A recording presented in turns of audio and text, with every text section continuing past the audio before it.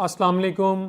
ख़वातीन में लिकोरिया एक ऐसी बीमारी है जो सेहत को बर्बाद कर देती है। उसकी वजह से कमर और टांगों में दर्द रहता है, जिस्म सूखने लगता है, नज़र कमज़ोर हो जाती है, हत्ता कि बेऔलादी का मसला भी हो सकता है।